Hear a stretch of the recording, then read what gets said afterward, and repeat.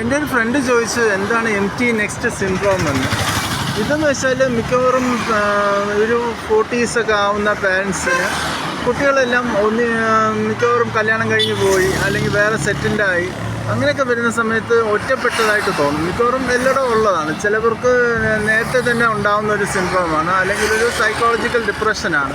അവർക്ക് തോന്നുന്നതെന്ന് വെച്ചാൽ പിള്ളേർ സ്കൂളിൽ പോയി കോളേജിൽ പോയി, അപ്പോൾ അവർക്ക് അത്രയും ഇൻവോൾവ്മെൻറ്റ് കിട്ടത്തില്ല, ബാക്കി സമയം വെറുതെ ഇരിക്കേണ്ടി വരും. ഇതിനെയാണ് എംപ്റ്റി നെസ്റ്റ് സിൻഡ്രോം എന്ന് പറയുന്നത്.